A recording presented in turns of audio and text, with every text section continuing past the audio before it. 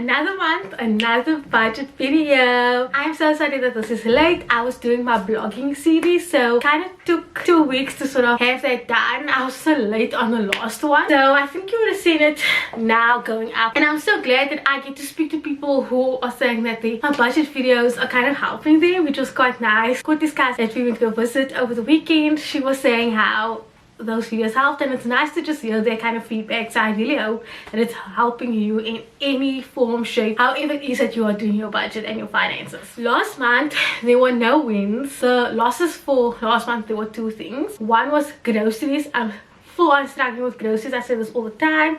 Groceries kind of went up by like almost 30% for most households, and it's a thing that I'm going to struggle with for a long time. I spoke to a friend who said that she actually gave up putting a fixed amount for groceries because it was starting to frustrate her quite a bit. What I'm doing is like I'm adding 300 just to see kind of what the fixed budget is like for food. And it's so tricky because sometimes you might think that month is this price and then next month it went up, you know. And then the second loss, or not so great thing, is that I'm actually fighting with MTN. Coty took a phone contract out in the beginning of the year and they messed us so much. Basically, to just give you a quick summary of what happened, we took it out on the promo deal that they had for January. And what this woman did, and what something I only realized afterwards, she made me sign all the documents, or all the contracts and stuff, and then what she did was she added all the stuff afterwards. So she put us on a bigger package, and I only realized that the first month that the money had gone off. And then she said we couldn't downgrade because we already had the phone for a month, and I had to wait 3 months. And then 3 months came, Courtney had gone to her. She said, no, I have to come in because the contract's in my name. And then Courtney and I ended up going to MTN saying this whole scenario. We told him everything, and he can actually see what we were talking about because you could see when the promo was, when we took it out, and he can like say, okay. And then what he also realized, or what he found, is that they're overcharging us for like some time thing, I don't know.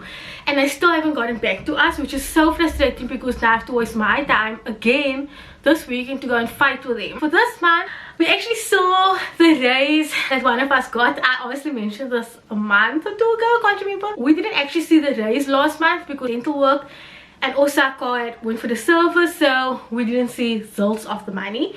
But this time we saw it. Also, Courtney got a little bit extra money because when you work in retail, you get double pay for Sundays and public holidays. So it was nice to see a little bit extra come in, which was nice. For recurring expenses, most of it stayed the same. I can't really say for groceries just yet, but we're kind of into the second week of since payday, so I can't really say that yet. But personal care had gone up by almost 200 rand, which is okay. Policies, all my policies went up.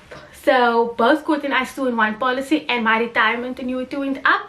I knew this was gonna happen, so I did be conscious of making room for the extra little bit for all the policies that had gone up. For debt, could pay extra on my SARS, guys.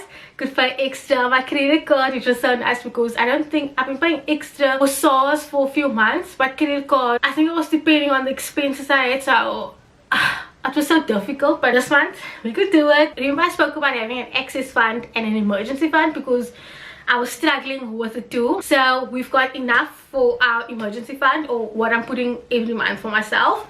I still need to find an account that I can put it into and that I can get compound interest on it. Our access fund is now depleted because I was supposed to go away for my birthday, which is coming up this week, and obviously with travel that wasn't a possibility. Now that they open travel again, we decided to take a whole access fund, not like there was enough anyway, and to just go on a holiday. So we were like, okay, if something were to happen, we can just dive into our emergency fund, which is okay. For extra stuff, we actually spent quite a bit of money on some of the extra stuff. Yeah, we bought quite a bit of stuff, especially now that I am at home. I am noticing stuff that wouldn't usually bother me. Like my house didn't feel cozy, so I ended up buying a new pillow. I had all my hair dryer and curler and stuff laying on the floor. It was getting like super dirty and moldy, and I was like, oh, let me buy a basket. So stuff like that is starting to like weigh on me now, and I'm just like, I'm living in this house until probably even till next year or halfway through 2021. I need to make the space as cozy and exciting and inviting for me. I also spend quite a bit of money on books. I've been really getting into my reading, getting into book blogging. So I've got a whole Instagram, I created a whole Instagram account for books and reviewing books. So I'm very stoked about that. I bought about 6 books already. For me, I was just like, okay, as long as I have an emergency fund, as long as I've made sure that I paid SARS and my credit card and this car loan went off and everything else is taken care of, I was like, okay, it's totally fine. A few things that we are kind of looking into, just so that you are aware. One is that I'm sure by now a lot of you have gotten SMSs for the SARS automated assessment, this new thing. My suggestion is that don't take it as face value. Go into it, ask for all your IRP5s from your company or your companies like I did. Go and edit and make sure that it's correct. So for me, which was so weird, guys, this is like the one thing that I'm stressing about, is that it told me I don't owe a cent, which obviously is amazing for me, but I was like, do I? So I've requested my IRP5. I'm gonna sit down and just go through it and make sure before I say accept that it is correct, that I don't owe SARS anything, which is absolutely amazing. Oh my god.